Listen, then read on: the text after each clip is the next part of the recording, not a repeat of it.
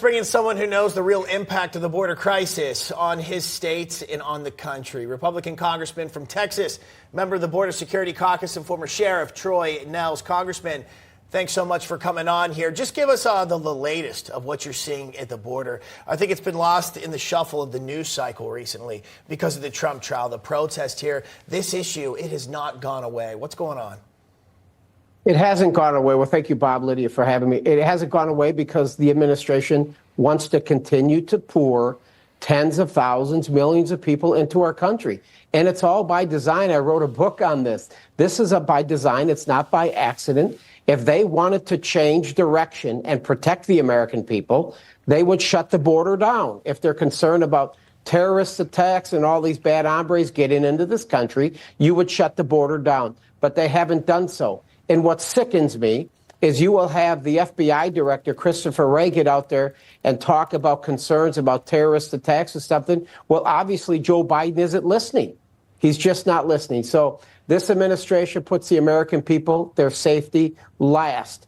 I find it interesting with Maxine Waters talking the way she does, and then Ms. Hochul talking about the way she does, too, about blacks with the computers.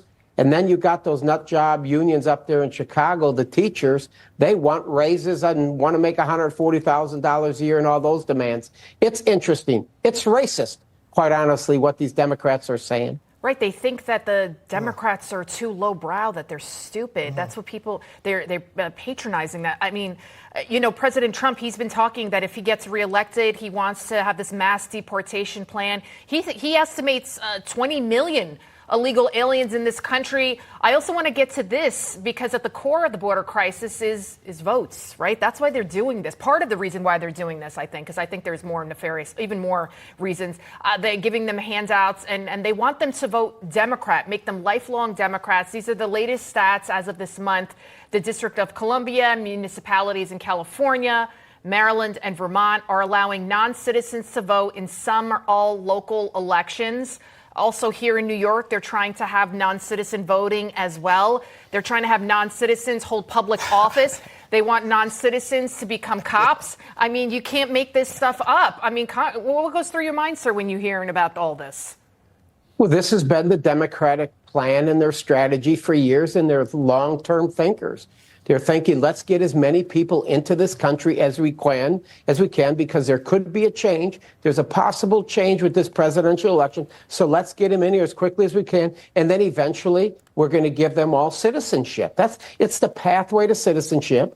And if you put the tens of millions of people on that path to citizenship, it's one party rule forever. It's a Democrat strategy. And I lay this all out into the book. But the American people are paying attention. I truly believe they're paying attention. I had a primary here in March in Texas, and the number one issue to a lot of the voters going to the polls was our southern border, and they're disgusted with this administration.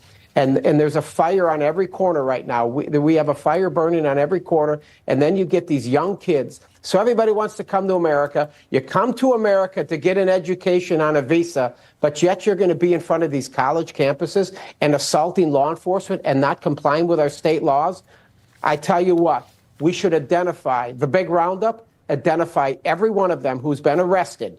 And if they're here on a visa, we kick them out of this country and kick them out for good. I would support that. His book is called America First. I'm plugging your book, Borderless by Design, the Democrats' Plan for One-Party Rule and How It Aids and Abets America's Enemies from Soros and Davos, Man to China, and the Mexican drug cartels. Sounds like a good read there. Can we circle back to non-citizens voting in the United States? It is such a sacred right to be able to vote. A lot of countries in the world don't have it. A lot of countries, dictatorships, they have the king, whatever, king or queen. Democrats are fighting for this, to strip us away from our sacred American ability to vote here. This has got to become a bigger issue. Non-citizens voting, Congressman, how in the world do we stop this? Well, again, this is part of their plan because the individuals coming up through the southern border, they know the party that brought them here. So the Democrats are thinking these people will vote for Democrats.